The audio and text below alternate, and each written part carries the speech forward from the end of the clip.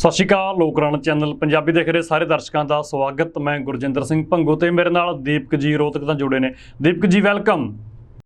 धन्यवाद। सत श्री अकाल वीर जी। ਦੋਸਤੋ ਦੀਪਕ ਜੀ ਸਾਡੇ ਨਾਲ ਹਰਿਆਣਾ ਤੋਂ ਜੁੜੇ ਨੇ। ਹਰਿਆਣਾ ਦੇ ਆਗੂ ਕਹਿੰਦੇ ਕਿ ਚੰਡੀਗੜ੍ਹ ਤਾਂ ਸਾਡਾ। ਪੰਜਾਬ ਦੀ ਵਿਧਾਨ ਸਭਾ ਦੇ ਵਿੱਚ ਮਤਾ ਪੈ ਗਿਆ ਭਾਜਪਾ ਦੇ ਜੋ ਨਵੇਂ ਰੂਲ ਰੈਗੂਲੇਸ਼ਨ ਸੀ ਉਹਦੇ ਖਿਲਾਫ। ਚੰਡੀਗੜ੍ਹ ਦੇ ਵਿੱਚ ਜੋ ਨਿਯਮ ਲਾਗੂ ਹੋਏ ਨੇ ਭਾਜਪਾ ਦੇ, ਹੁਣ ਹਰਿਆਣਾ ਦੇ ਵਿੱਚ ਕੁਮਾਰੀ ਸ਼ੈਲਜਾ ਤੇ ਹਰਿਆਣਾ ਦੇ ਸੀਐਮ ਮਨੋਹਰ ਲਾਲ ਖੱਟਰ ਉਹ ਕਹਿੰਦੇ ਕਿ ਮਤਾ ਤਾਂ ਇਹ ਕਿਸੇ ਇਹਦਾ ਆਧਾਰ ਨਹੀਂ ਮਤੇ ਦਾ ਹੈਗਾ। ਸੀਐਮ ਖੱਟਰ ਕਹਿੰਦੇ ਆਮ ਆਦਮੀ ਪਾਰਟੀ ਜੋ ਭਾਜਪਾ ਦੇ ਖਿਲਾਫ ਮਤਾ ਲੈ ਕੇ ਆਈ, ਇਸ ਮਤੇ ਦਾ ਕੋਈ ਆਧਾਰ ਹੀ ਨਹੀਂ ਹੈਗਾ। ਜੋ ਪੰਜਾਬ ਦਾ ਇੱਕ ਇਹ ਆਪਣਾ ਐਮਐਲਏ ਸੀ, ਇਹ ਵਾਕਆਊਟ ਕਰ ਗਏ ਵਿਧਾਨ ਸਭਾ ਦੇ ਵਿੱਚੋਂ ਪੰਜਾਬ ਚੋਂ। ਤੇ ਉਸ ਤੋਂ ਬਾਅਦ ਕੁਮਾਰੀ ਸ਼ੈਲਜਾ ਕਹਿੰਦੇ ਨੇ ਕਿ ਚੰਡੀਗੜ੍ਹ ਤੇ ਹੱਕ ਤਾਂ ਹਰਿਆਣਾ ਦਾ। ਭਾਜਪਾ ਸਰਕਾਰ ਨੇ ਹਰਿਆਣਾ ਦੇ ਨਾਲ ਵੀ ਧੱਕਾ ਕੀਤਾ। ਬੀਬੀਐਮਬੀ ਮਾਮਲੇ ਦੇ ਵਿੱਚ ਹਰਿਆਣਾ ਨੂੰ ਪਾਸੇ ਕਰ ਦਿੱਤਾ ਗਿਆ। ਅਸੀਂ ਹਰਿਆਣਾ ਦੇ ਲਈ ਲੜਾਈ ਲੜਾਂਗੇ, ਅਸੀਂ ਚੰਡੀਗੜ੍ਹ ਦੇ ਲਈ ਵੀ ਲੜਾਈ ਲੜਾਂਗੇ। ਚੰਡੀਗੜ੍ਹ ਤੇ ਅਧਿਕਾਰ ਹਰਿਆਣਾ ਦਾ ਵੀ ਹੈ। ਹੁਣ ਮਾਮਲਾ ਇਹ ਬੜਾ ਪੁਰਾਣਾ, ਜਦੋਂ ਵੰਡ ਹੋਈ ਸੀ, ਵੰਡ ਦੇ ਵੀ ਡਿਸਪਿਊਟ ਖੜੇ ਹੋਏ ਸੀ। ਅਸੀਂ ਇਤਿਹਾਸ ਦੇ ਵਿੱਚ ਜਾਣਾ ਨਹੀਂ ਚਾਹੁੰਦੇ, ਚਲੰਤ ਮਾਮਲੇ ਤੇ ਗੱਲਬਾਤ ਕਰਾਂਗੇ। ਇਸੇ ਕਰਕੇ ਅਸੀਂ ਜਦੋਂ ਹਰਿਆਣਾ ਦੇ ਵੱਡੇ ਵੱਡੇ ਦਿੱਗਜ ਲੀਡਰਾਂ ਦੇ ਬਿਆਨ ਆ ਰਹੇ ਨੇ ਚੰਡੀਗੜ੍ਹ ਨੂੰ ਲੈ ਕੇ, ਤਾਂ ਹਰਿਆਣਾ ਦੀ ਜਨਤਾ ਕੀ ਸੋਚਦੀ ਹੈ ਚੰਡੀਗੜ੍ਹ ਪ੍ਰਤੀ, ਪੰਜਾਬ ਨੂੰ ਲੈ ਕੇ ਹਰਿਆਣਾ ਦੀ ਜਨਤਾ ਕੀ ਸੋਚਦੀ ਹੈ, ਜੋ ਇਹ ਰਾਜਨੀਤਿਕ ਮਸਲੇ ਵੋਟਾਂ ਦੇ ਨੇੜੇ ਖੜੇ ਕੀਤੇ ਜਾਂਦੇ ਨੇ, ਇਹਨੂੰ ਲੈ ਕੇ ਹਰਿਆਣਾ ਦੀ ਜਨਤਾ ਕੀ ਸੋਚਦੀ ਹੈ ਹਰਿਆਣਾ ਦੇ ਲੀਡਰਾਂ ਪ੍ਰਤੀ। ਇਸੇ ਕਰਕੇ ਅਸੀਂ ਦੀਪਕ ਜੀ ਅੱਜ ਨਾਲ ਲੈਨੇ ਆਪਣੇ ਹਰਿਆਣਾ ਤੋਂ। ਦੀਪਕ ਜੀ ਕੀ ਗੱਲ, ਚੰਡੀਗੜ੍ਹ ਤੁਹਾਨੂੰ ਚਾਹੀਦਾ नहीं? ऐसा वीर जी, चंडीगढ़ हमारा कोई मसला है ही नहीं। ना चंडीगढ़ हमारा मसला है, ना ही एसवाईएल का पानी हमारा मसला। ये सब पॉलिटिकल मुद्दे हैं। अहम मुद्दा जो होना चाहिए था, चाहे वो पंजाब की गवर्नमेंट हो या हरियाणा की गवर्नमेंट हो, मुद्दा होना चाहिए था जो भाखड़ा ब्यास मैनेजमेंट है उसमें से हरियाणा और पंजाब को आउट किया गया। मुद्दा वो होना चाहिए था। मुद्दा होना चाहिए था जो खिलाड़ियों का खेल कोटा समाप्त किया हरियाणा गवर्नमेंट ने, उसमें उलझा दिया लोगों को। मुद्दा होना चाहिए था जो गृह मंत्री अमित शाह ने बोला कि चंडीगढ़ के ऊपर से हरियाणा और पंजाब के अधिकार समाप्त कर दिए गए हैं। मुद्दा वो होना चाहिए था, लेकिन मुद्दा बना दिया गया कि चंडीगढ़ पंजाब का होगा या हरियाणा का। हरियाणा को कोई फायदा है नहीं, चंडीगढ़ में कोई भी फायदा नहीं है। क्यों? क्योंकि एक तो चंडीगढ़ दूर पड़ता है। जो रिवाड़ी महेंद्रगढ़ साइड के लोग हैं, जब तक चंडीगढ़ जाते हैं मंत्रियों से मिलने के लिए, मंत्री साहब और कहीं मिलते हैं। एक चंडीगढ़ पड़ता भी दूर है, हरियाणा वाले वहां तक पहुंच नहीं सकते। चंडीगढ़ हमारा मुद्दा है भी नहीं, हमें चंडीगढ़ से कोई मतलब नहीं है। ये सब पॉलिटिकल मुद्दा है। जो अहम मुद्दा था वो मुद्दा था जो नितिन गडकरी साहब ने बयान दिया, जो हरियाणा और पंजाब की उपजाऊ जमीन है, वो जमीन रोड बनाने के लिए दी जाएंगी। जो बड़े बड़े व्यापारी हैं उनका व्यापार चलेगा पाकिस्तान और यूरोप में, वहां से हाईवे निकाले जाएंगे। मुद्दा ये होना चाहिए था। उस मुद्दे से ध्यान हटाने के लिए मुद्दा दे दिया गया चंडीगढ़ का। चंडीगढ़ से हमारा कोई लेना देना नहीं है वीर जी। एक आम आदमी के मन में चंडीगढ़ का कोई मुद्दा है ही नहीं। चंडीगढ़ का मुद्दा है सिर्फ जो पॉलिटिक्स करना चाहते हैं उन लोगों के दिमाग में, कि लोगों को उलझा दो, दंगों में उलझा दो। जब सत्ता में बैठे हुए लोग, उनको देने के लिए जनता को जब कुछ नहीं होता, तो जनता को दंगों की आग में भड़का देते हैं और लोग दंगों में व्यस्त हो जाते हैं। देना इनको चाहिए था। जो भाखड़ा ब्यास मैनेजमेंट से पंजाब हरियाणा को आउट किया गया है, अपने अधिकार लेने चाहिए थे। मुद्दा वो होना चाहिए था। मुद्दा होना चाहिए था जो किसानों पर लाठीचार्ज हुआ मालवा के अंदर, भगवंत मान साहब को उसके लिए बोलना चाहिए था, लेकिन मुद्दा बना दिया चंडीगढ़ का। ऐसा है जो हरियाणा और पंजाब की एकता बनी थी इस आंदोलन की वजह से, जो किसान आंदोलन चला था, उस एकता को देखते हुए सभी पार्टियां घबराई हुई हैं। कैसे भी करके हरियाणा और पंजाब को अलग करना चाहते हैं। और अलग करने के लिए जब किसान आंदोलन चला था, उस समय पे आपको अगर याद हो, बीजेपी के नेता भूख हड़ताल पर बैठे थे कि हम एसवाईएल का पानी लेके आएंगे। ये मुद्दों से हटाने के लिए एसवाईएल और चंडीगढ़ को मुद्दा बनाया जा रहा है। चंडीगढ़ और एसवाईएल हमारा कोई मुद्दा है ही नहीं। पर ਜਿਹੜੇ ਹਰਿਆਣਾ ਦੇ ਵੱਡੇ ਲੀਡਰ ਨੇ ਉਹ ਤਾਂ ਇਹ ਗੱਲ ਕਹਿੰਦੇ ਨੇ ਭਾਵੇਂ ਕੁਮਾਰੀ ਸ਼ੈਲਜਾ ਹੋਣੀ ਹੋਣ ਜਾਂ ਫਿਰ ਹਰਿਆਣਾ ਦਾ ਸੀਐਮ ਮਨੋਹਰ ਲਾਲ ਖੱਟਰ ਹੋਵੇ, ਉਹ ਕਹਿੰਦੇ ਅਸੀਂ ਹਰਿਆਣਾ ਦੇ ਲਈ ਲੜ ਰਹੇ ਹਾਂ, ਹਰਿਆਣਾ ਦੇ ਲੋਕਾਂ ਦੇ ਲਈ ਲੜ ਰਹੇ ਹਾਂ, ਅਸੀਂ ਚੰਡੀਗੜ੍ਹ ਹਰਿਆਣਾ ਨੂੰ ਲੈ ਕੇ ਦੇਵਾਂਗੇ। ਤੁਸੀਂ ਚੰਡੀਗੜ੍ਹ ਦੇ ਵਸਨੀਕ ਹੋ, ਤੁਸੀਂ ਕਹਿੰਦੇ ਕਿ ਸਾਨੂੰ ਇਹਨਾਂ ਦੇ ਚੰਡੀਗੜ੍ਹ ਦੀ ਲੋੜ ਕੋਈ ਨਹੀਂ। हरियाणा के अंदर जब महिला कांस्टेबल भर्ती का रिजल्ट आउट हुआ और उसको कैंसिल कर दिया गया, तब ये कुमारी शैलजा कहाँ थी? वो 1100 लड़कियां रो रही हैं, तब कुमारी शैलजा कहाँ गई? तब मनोहर लाल खट्टर कहाँ गए? जो खिलाड़ियों का खेल कोटा खत्म कर दिया गया, तब कुमारी शैलजा कहाँ थी? हरियाणा में आए दिन कहीं पे लाठीचार्ज होता है, युवाओं के लिए भर्तियां नहीं निकाली जा रही है। शिक्षा को महंगा किया जा रहा है, उसके लिए कुमारी शैलजा कहां चली गई? इसलिए बोल रहे हैं चंडीगढ़ को पॉलिटिकल मुद्दा बनाया जा रहा है, इनको और कोई इश्यू नहीं मिला। अरे इश्यू बहुत है हरियाणा के अंदर। आप शिक्षा को फ्री कीजिए, शिक्षा पे महंगाई बढ़ती जा रही है, शिक्षा को महंगा किया जा रहा है। जो 134A धारा थी उसको हटा दिया गया हरियाणा के अंदर से। 134A थी, जो SC/BC के बच्चे होते हैं ना, जो पीले कार्ड वाले बच्चे होते हैं, उनको फ्री एडमिशन मिलता है प्राइवेट स्कूलों में। उस धारा को खत्म कर दिया मनोहर लाल खट्टर सरकार ने। मुद्दा वो होना चाहिए था। ये कुमारी शैलजा उसके लिए क्यों नहीं बोली कि आपने 134A को क्यों हटा दिया? अब गरीब के बच्चे कैसे पढ़ पाएंगे?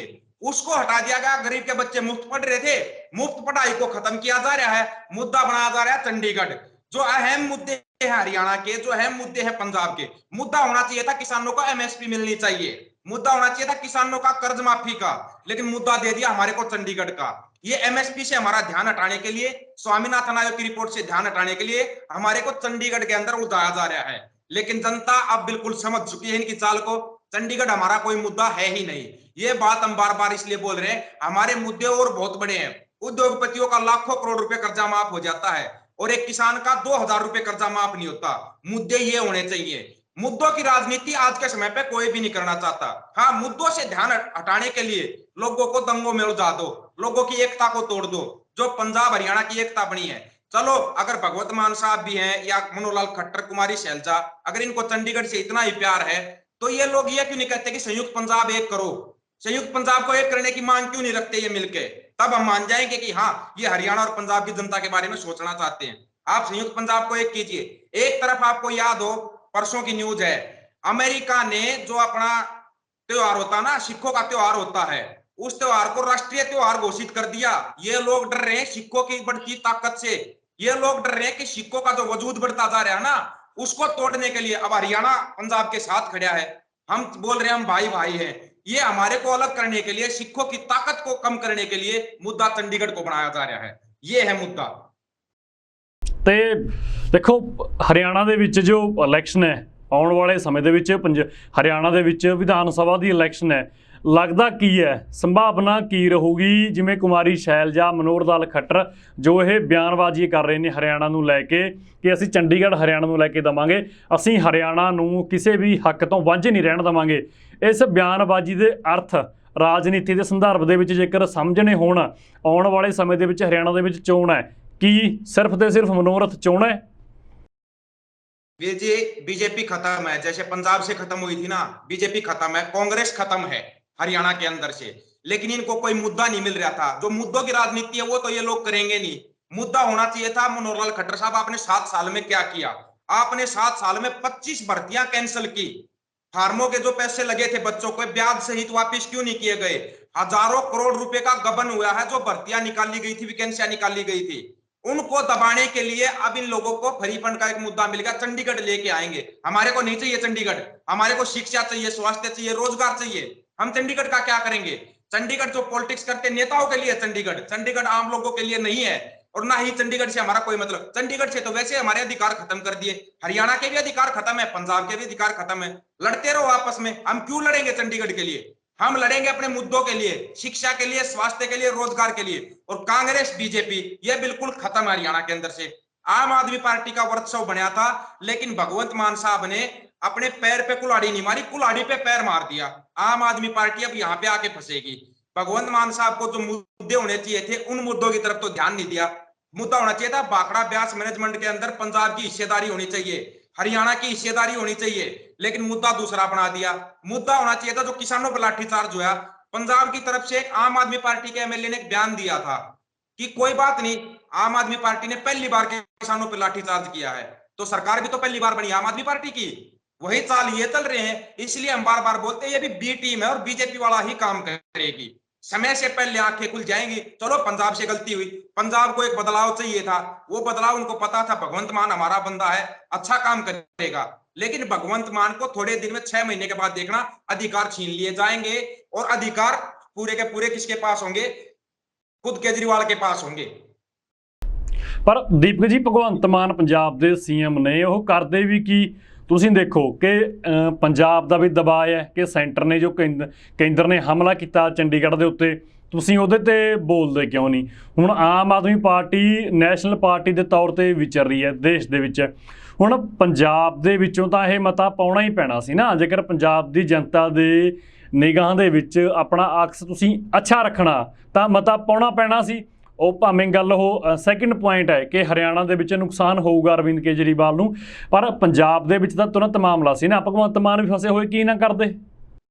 यही तो समस्या थी। हम ये नहीं कह रहे कि पंजाब की जनता ने गलत नहीं किया, उनके पास और कोई ऑप्शन नहीं था। कांग्रेस को देख लिया, बीजेपी को देख लिया, अकाली दल को देख लिया, ऑप्शन नहीं था उनके पास हाथों हाथ। दूसरा ऑप्शन जनता ने पहले ही मना किया था, जो किसान अग्गू थे, कि आप चुनाव मत लड़ो। अगर ये लोग चुनाव नहीं लड़ते तो बहुत बड़ा ऑप्शन बचता। पंजाब की जनता के पास भी ऑप्शन था और किसान नेताओं के पास भी ऑप्शन था, लेकिन इनकी महत्वाकांक्षा के कारण वो ऑप्शन सिर्फ एक आम आदमी पार्टी बची थी। और आम आदमी पार्टी, भगवंत मान बहुत अच्छे हैं, आप कभी भी देखना संसद के अंदर सबसे ज्यादा मुद्दे उठाते हैं। लेकिन क्या हुआ, कैसे हुआ कि भगवंत मान साहब भी प्रेशर में आए हैं। हो सकता है वो स्थिति को संभाल लें, अगर संभाल लेंगे तो ठीक रहेगा, पंजाब के लिए भी ठीक रहेगा और हरियाणा की जनता के लिए भी ठीक रहेगा। लेकिन अगर स्थिति को नहीं संभाला गया तो स्थिति बहुत खराब होने वाली है। आप भी देख रहे हो, आप भी घूम रहे हो, धीरे धीरे भगवंत मान साहब का विरोध होना शुरू हो चुका है पंजाब के अंदर। लेकिन हम चाहते हैं कि उनको एक मौका और दिया जाए कि वो अपनी स्थिति को संभाल सके। अभी नए नए बने हैं, अच्छी बात है, वो पंजाब के हक दिलवाएं। पंजाब का हक है भाखड़ा ब्यास मैनेजमेंट, पंजाब का हक है जो अधिकार खत्म किए गए हैं चंडीगढ़ के अंदर से पंजाब के, वो अधिकार दिलवाएं। पंजाब के जो किसान बार बार आंदोलन कर रहे हैं उनका हक दिया जाए। कुछ अच्छे काम भी कर रहे हैं, उन्होंने अच्छे काम किए शुरुआत में, लेकिन जो चंडीगढ़ का मसला उठाया है ये कुल्हाड़ी पे पैर मारने वाला मसला है। ये कोई मसला नहीं है, ये एक पॉलिटिकल इश्यू है। इसको मिल बैठ के पॉलिटिक्स करने वाले लोग सुलझाएंगे। आम जनता को इसमें ना घसीटा जाए, ना ही लोगों का ध्यान इस तरफ दिलवाया जाए। लोगों का ध्यान मुद्दों पे होना चाहिए, लोगों का ध्यान होना चाहिए जो किसान का एमएसपी का मुद्दा बचा हुआ है, उस मुद्दे का क्या हुआ, उस मुद्दे के लिए अभी आंदोलन होगा, उसकी तरफ ध्यान देना चाहिए लोगों को कि हमारी समस्याएं जो उनका समाधान कैसे हो सकता है, ना कि चंडीगढ़ एसवाईएल ये हमारा कोई मुद्दा है ही नहीं। ਜਦੋਂ ਹਰਿਆਣਾ ਦੇ ਵੱਡੇ ਲੀਡਰ ਇਹ ਗੱਲ ਕਹਿੰਦੇ ਨੇ ਕਿ ਅਸੀਂ ਪੰਜਾਬ ਚੱਲੇ ਹਾਂ, ਅਸੀਂ ਸ਼ੰਭੂ ਬਾਰਡਰ ਉਹ ਰੋਕ ਲਏ ਗਏ ਸੀ। ਮੇਰੇ ਯਾਦ ਹੈ 4 ਸਾਲ ਪਹਿਲਾਂ ਦੀ ਇਹ ਗੱਲ ਹੈ। ਹਰਿਆਣਾ ਤਾਂ ਕੋਈ ਤੁਹਾਡੇ ਵੀ ਯਾਦ ਹੋਊਗਾ, ਹਰਿਆਣਾ ਤੋਂ ਲੀਡਰ ਆਏ ਸੀ, ਸ਼ੰਭੂ ਬਾਰਡਰ ਪੁਲਿਸ ਵੱਲੋਂ ਉਹ ਰੋਕ ਲਏ ਗਏ ਸੀ। ਉਹ ਕਹਿੰਦੇ ਸੀ ਕਿ ਅਸੀਂ SYL ਦਾ ਟੱਕ ਖੋਲ੍ਹਣ ਚੱਲੇ ਹਾਂ। ਮੇਰੇ ਯਾਦ ਹੈ ਉਹ ਗੱਲ, ਸ਼ੰਭੂ ਪੁਲਿਸ ਵੱਲੋਂ ਰੋਕੇ ਗਏ ਸੀ। ਉਹ ਕਹਿੰਦੇ ਸੀ ਕਿ ਅਸੀਂ ਹਰਿਆਣਾ ਨੂੰ ਪੰਜਾਬ ਦੇ ਕੋਲੋਂ SYL ਦਾ ਪਾਣੀ ਲੈ ਕੇ ਦੇਵਾਂਗੇ। ਸਾਡੀ ਪਾਰਟੀ ਦੇ ਵਰਕਰ ਤੇ ਸਾਡੀ ਪਾਰਟੀ ਦੇ ਲੀਡਰ ਅੱਗੇ ਹੋ ਕੇ ਚੱਲਣਗੇ, ਕਹੀਆਂ ਨਾਲ ਲੈ ਕੇ ਆਏ ਸੀ। ਤੇ ਜਦੋਂ ਉਹ ਕਹਿੰਦੇ ਆ ਕਿ ਹਰਿਆਣਾ ਨੂੰ ਅਸੀਂ ਚੰਡੀਗੜ੍ਹ ਵੀ ਲੈ ਕੇ ਦੇ ਦਾਂਗੇ, ਪਾਣੀ ਵੀ ਲੈ ਕੇ ਦੇ ਦਾਂਗੇ, ਤਾਂ ਫਿਰ ਹਰਿਆਣਾ ਦੀ ਜਨਤਾ ਨਾਲ ਕਿਉਂ ਨਹੀਂ ਤੁਰਦੀ ਉਹਨਾਂ ਦੇ? जनता सब समझते हैं वीर जी, पानी का तो एसवाईएल का कोई मुद्दा है ही नहीं हरियाणा के लिए। अरे जो हरियाणा का जो पानी बनता है वही पानी दे दो, हम एसवाईएल का पानी बाद में देखें। जो पानी हमारी खुद की नहरें हैं, जो हरियाणा में नहरें हैं, वो पानी तो समय पे मिलता नहीं। एसवाईएल का पानी कहाँ जाएगा? दिल्ली जाएगा। हम क्या करेंगे एसवाईएल के पानी का? दिल्ली में कौन सी खेती हो रही है? एसवाईएल का पानी हरियाणा में कहीं काम नहीं आएगा। एसवाईएल का तो मुद्दा सिर्फ ये था, पॉलिटिक्स करने के लिए बनाया हुआ मुद्दा है, ये कोई मुद्दा नहीं है। आप चाहे हरियाणा की जनता से पूछ लो, पंजाब की जनता से पूछ लो, जिस समय पे आंदोलन हो रहा था उस समय भी ये मुद्दा उठाया गया था कि अभी पंजाब वाले हमारे साथ एसवाईएल का पानी मांग लो। तो पंजाब वालों ने एक बहुत बड़ी बात बोली थी, उस बात को हो सकता है हरियाणा वाले भूल जाए, लेकिन हम नहीं भूलेंगे। 13 महीने साथ रहे, उन्होंने बोला था पानी नहीं, हम अपना खून भी दे देंगे हरियाणा के लिए। क्यों? क्योंकि वो लोग पॉलिटिक्स नहीं करने वाले थे, वो आम लोग थे। आम लोगों की ये भावना अभी भी है, लेकिन उसी भावना को तोड़ने के लिए, उसी एकता को तोड़ने के लिए जानबूझ के एसवाईएल और चंडीगढ़ का मुद्दा उछाला जा रहा है। और ये बात हम बार बार आपके चैनल के जरिए भी कहना चाहते हैं, एसवाईएल और चंडीगढ़ आम आदमी का कोई मुद्दा है ही नहीं, ये एक पॉलिटिकल मुद्दा है। इसकी तरफ कोई ध्यान ना दे, आप अपना ध्यान रखिए एमएसपी गारंटी कानून की तरफ, फसलों की खरीद की तरफ। अभी गेहूं की कटाई का समय आ गया, गेहूं बेचते समय देखना आप क्या कीमत होगी, और जब उल्टा ये सरकार बेचेगी तब क्या कीमत होगी, इसकी तरफ लोगों का ध्यान होना चाहिए। अडानी के गोदाम तैयार हैं, वहां पे आपके गेहूं को रखा जाएगा और आपको इतने ऊंचे दामों पर बेचा जाएगा कि आपकी समझ में नहीं आएगा कि हम रोटी खाएं या छोड़ दें। ये देखना, मुद्दा ये बनने वाला है। मुद्दा है अडानी के इतने बड़े बड़े गोदाम बना दिए, सरकार ने लिखित में दे दिया, हरियाणा सरकार ने, कि जो गेहूं आएगा वो अडानी के गोदाम में डाला जाएगा। क्यों डाला जाएगा?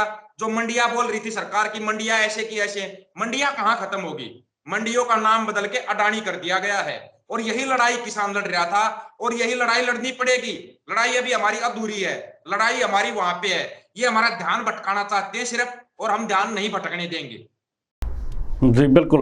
ਤੇ ਜਦੋਂ ਅਸੀਂ ਇਲੈਕਸ਼ਨ ਦੀ ਗੱਲ ਕਰਦੇ ਹਾਂ, ਆਮ ਆਦਮੀ ਪਾਰਟੀ ਵੱਡੇ ਪੱਧਰ ਉੱਤੇ ਹਰਿਆਣਾ ਦੇ ਵਿੱਚ ਜ਼ੋਰ ਲਾ ਕੇ ਚੱਲ ਰਹੀ ਹੈ ਆਪਣਾ। ਅੱਜ ਹਰਿਆਣਾ ਦੇ ਵਿੱਚ ਆਮ ਆਦਮੀ ਪਾਰਟੀ ਦੀ ਕੀ ਹਾਲਤ ਹੈ? आम आदमी पार्टी की हालत ये है वीर जी, कल ही मैं एक कोई जींद का है आम आदमी पार्टी का जिला अध्यक्ष, वो बयान दे रहा था कि जितने भी जींद के पुराने एमएलए हैं वो सभी हमारे से संपर्क कर रहे हैं। आपको जानकर हैरानी होगी, जींद के जितने भी पुराने एमएलए है ना, वो सरोग सिधार गए। क्या उन्होंने सरोग में बैठे बैठे इनके पास मैसेज किया है कि हम आम आदमी पार्टी ज्वाइन करना चाहते हैं? यहाँ पे सबसे बड़ी बात ये आती है, झूठ बोलने में नरेंद्र मोदी का रिकॉर्ड तोड़ेगी आम आदमी पार्टी, बीजेपी को पीछे छोड़ देंगे ये लोग। मुद्दा आपको याद हो, जब पंजाब में चुनाव हुए थे 300 यूनिट बिजली की फ्री देने का वादा किया था आम आदमी पार्टी ने। जब वो वादा निभाने का समय आया तो उस वादे को पेंडिंग में डालकर 31 मार्च 2023 के लिए छोड़ दिया गया।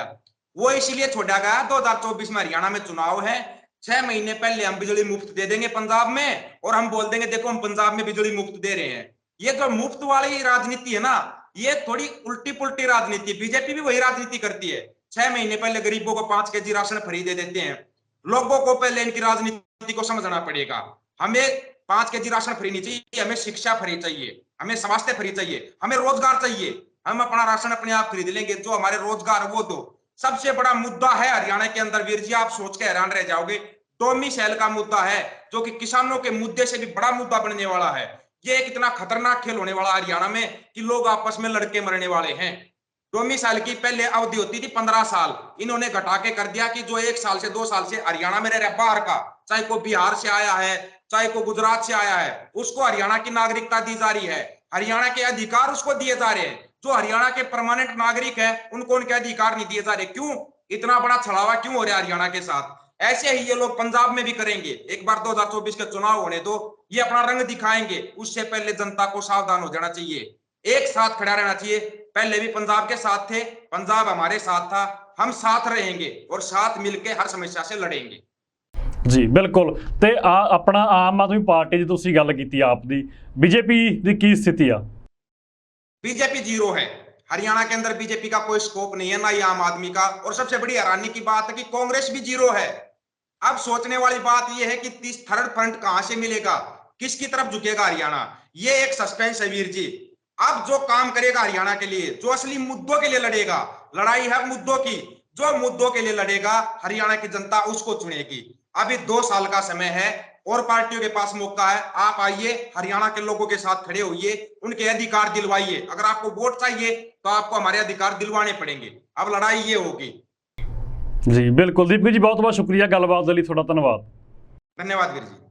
ਜੀ ਦੋਸਤੋ, ਸਾਡੇ ਨਾਲ ਹਰਿਆਣਾ ਤੋਂ ਜੁੜੇ ਹੋਏ ਸੀ ਦੀਪਕ ਕੁਮਾਰ ਫੌਜੀ ਜੀ। ਅਸੀਂ ਗੱਲਬਾਤ ਕੀਤੀ ਕਿ ਜਦੋਂ ਹਰਿਆਣਾ ਦੇ ਲੀਡਰ ਕਹਿੰਦੇ ਨੇ ਅਸੀਂ ਚੰਡੀਗੜ੍ਹ ਲੋਕਾਂ ਨੂੰ ਲੈ ਕੇ ਦੇਵਾਂਗੇ ਹਰਿਆਣਾ ਵਾਸੀਆਂ ਨੂੰ, ਤਾਂ ਹਰਿਆਣਾ ਵਾਸੀ ਕੀ ਸੋਚਦੇ ਨੇ ਤੁਸੀਂ ਸੁਣਿਆ ਤੇ ਸਮਝਿਆ। ਤੁਸੀਂ ਬਣੇ ਰਹੋ, ਤੁਹਾਡੇ ਆਪਣੇ ਚੈਨਲ ਲੋਕਰਨ ਚੈਨਲ ਪੰਜਾਬੀ ਦੇ। ਦੀਪਕ ਕੁਮਾਰ ਜੀ ਨਾਲ ਅਸੀਂ ਹੋਰ ਪ੍ਰੋਗਰਾਮ ਵੀ ਲੈ ਕੇ ਹਾਜ਼ਰ ਹੋਵਾਂਗੇ। ਮੈਨੂੰ ਦਿਓ ਇਜਾਜ਼ਤ, ਧੰਨਵਾਦ।